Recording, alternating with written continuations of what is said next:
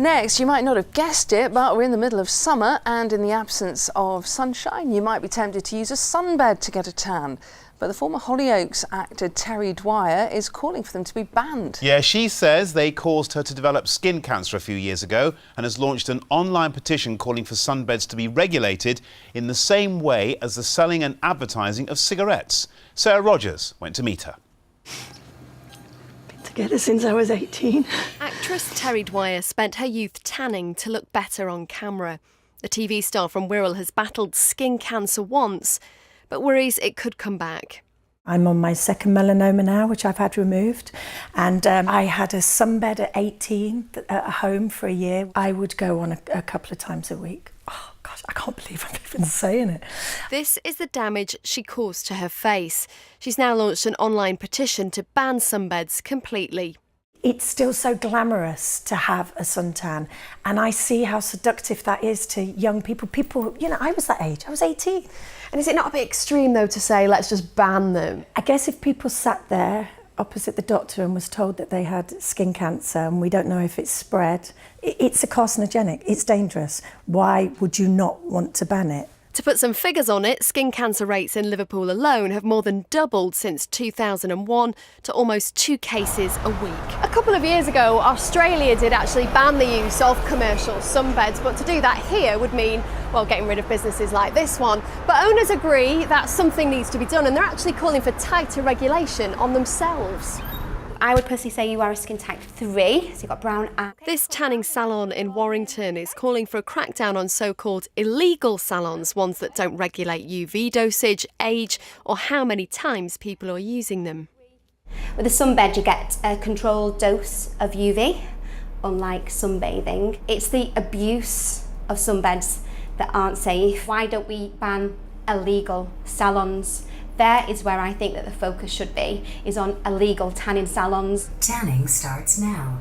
Staff here say technology has made tanning safer, but for Terri, it's just not worth the risk.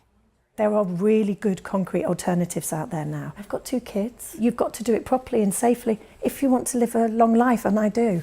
She hopes at the very least, sunbeds will hold the same health warnings as cigarettes.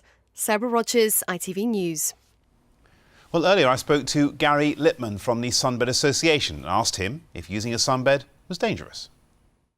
There is no danger in using sunbeds. Like anything, anything that is used to excess can be dangerous, but I'm from the Sunbed Association and we have a very strict code of practice that our members adhere to, where members of the public are examined when they come into a store, their skin type is assessed and they're given the appropriate session time according to their skin type.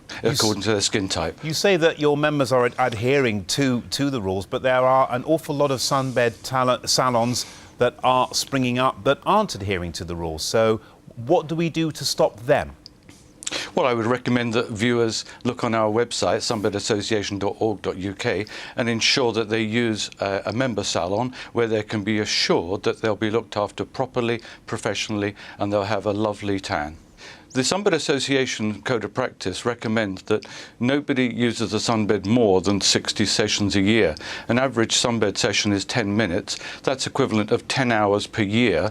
Compare that with what most people do on holiday. They sunbathe all day for 2 weeks. So really, it's all about understanding that overexposure must be avoided. A tan is perfectly healthy. A tan is perfectly safe. It is burning that needs to be avoided, certainly not tanning. It's a natural process. Would you accept, though, that it seems the message isn't getting through to an awful lot of people, hence the excess, hence the reason why people are saying that perhaps there needs to be better regulation?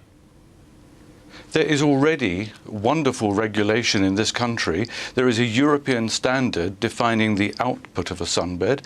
The Sunbed Association Code of Practice is universally accepted within the United Kingdom and is used by members as well as non-members. But the only difference between a member and a non-member is that the member has signed up to adhere to our Code of Practice. Others mostly voluntarily adhere to our Code of Practice. OK, Gary Littman from the Sunbed Association, thank you very much indeed for that. Thank you. OK.